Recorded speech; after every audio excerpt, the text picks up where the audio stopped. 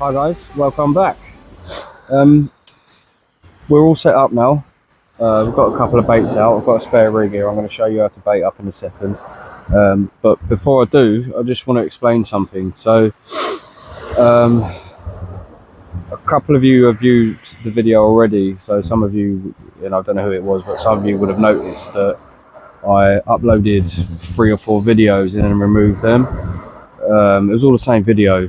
You might be wondering why. It's because for some reason when I was editing the videos on the app that I use, it kept shrinking the size of the video, so it wasn't showing in full screen. So I was messing about with different sizes and stuff to see if I could get it to go into full size on YouTube. For some reason it wasn't working, so I've removed that now.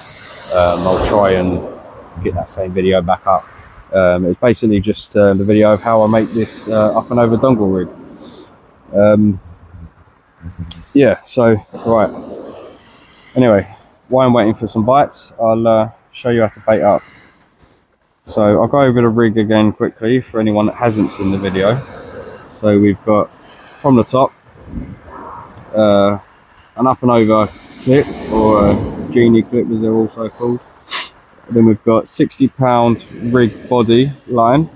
Now in the video, if you have seen it, or if you do see it when I eventually get it uploaded, you will notice that in the beginning of the video, when I make the rig body, I made it sort of from my tip to fingertip to the inside of my arm. Now that was just to make a short version of this, just for the purposes of the video really. But for real life fishing, I've got it sort of from my fingertip to like my shoulder. That's normally the sort of length I go for the rig body. And as I also explained in the video, whatever the length of this rig body is, the total length of the rig will be 3 times that length. Now that's because this section here is what you call the up and over section, which is also your hook length. Now that has to be twice the length, so it can go up over the clip, hit the top there,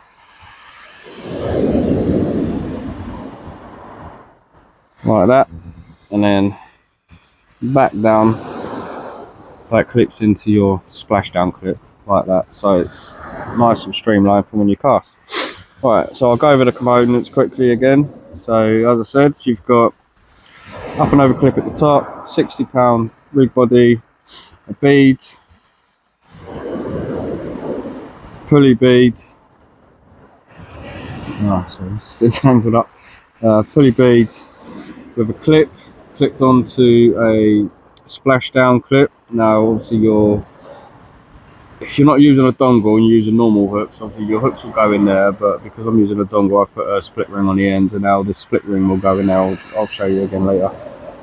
Then another bead tied onto a 100-pound swivel, and then your hook length, which is obviously twice the length of the rig body, that's also 60 pounds. Then I've got a 3/0 Cox and Wool stinger hook tied on with a perfection knot. If you don't know how to do a perfection knot, go back and watch a video explaining that. It's a little bit tricky, but once you get the hang of it, it's quite easy. And then we've got 300-pound braid, and as I also explained in the video, you want to make the braided length, which is your dongle section, the size for the bait you want to use. Okay.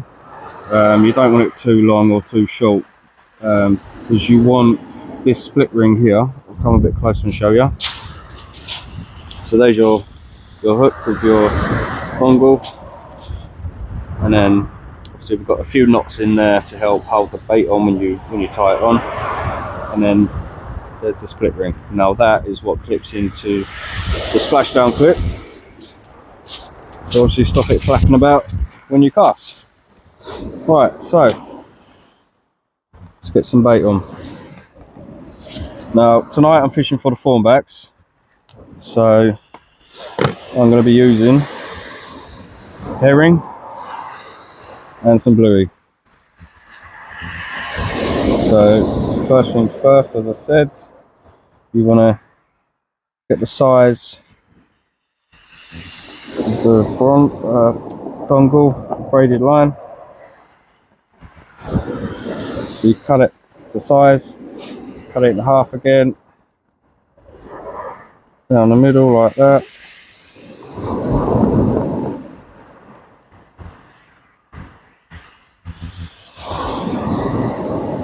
And same with the bluey.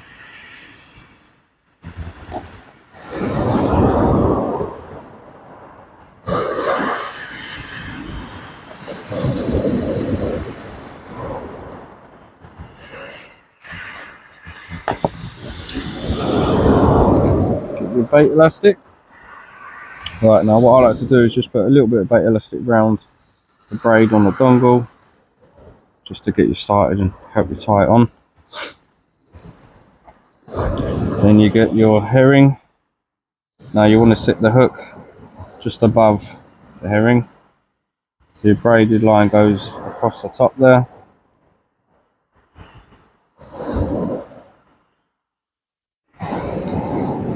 Plenty of elastic on there, stop it from sliding down.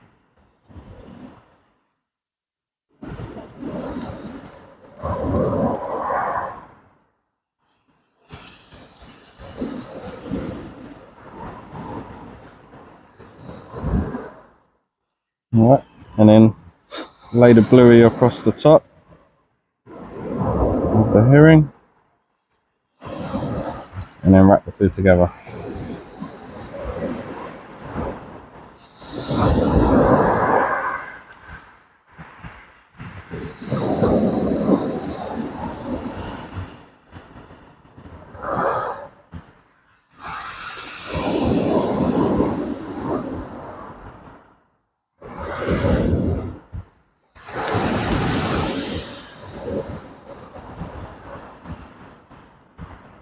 Plenty of cotton again.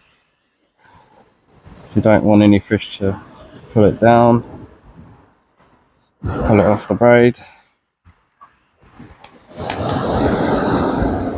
and that's it. So as you can see, you've got the hook sitting nice and proud at the top, split ring on the bottom so you can clip it into the splashdown clip, and obviously the fish comes along, grabs the bait, hook goes in his mouth, there you go. Right, let's get it out there.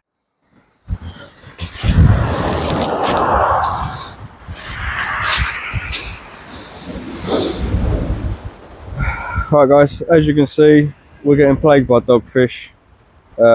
It's not what we want, but at least we're catching. It's quite rough out there tonight. It's not ideal conditions really. The wind is a lot stronger than predicted. It's quite cold as well now.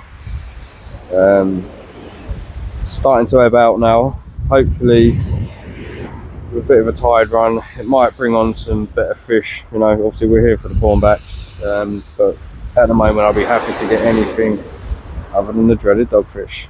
I'll get it back. Cheers guys. And they keep coming. What can I say? I'm not sure how the recording's going to come out tonight. I've left my phone on the tripod. I can't see what I'm actually filming. I haven't got it in selfie mode, just for the fact that the quality is not great, especially in the dark. But yeah, we'll see how they come out. I'm also using the mic that I've got from Amazon. It's only a cheap one, so I don't know what the sound's going to be like. I will be getting a GoPro eventually. That'll obviously be better for filming on my own. I want to get some better mics too. This one hasn't got a windsock on it, so I don't know if you can hear the wind. If you can, you know, I'm sorry, but not much I can do about that. But yeah, we're going to keep plugging away. Hopefully we get some rays turn up soon. But as I said before, you know, we're catching, we're out, we're having fun, and that's what it's all about. I'll get these back. Cheers guys. There we go guys. finally got what we came for. I didn't bother weighing it. It's only about £4, something like that. But yeah, big to dogfish anyway. I'll get her back. As you can see, this one's a female. Cheers, guys.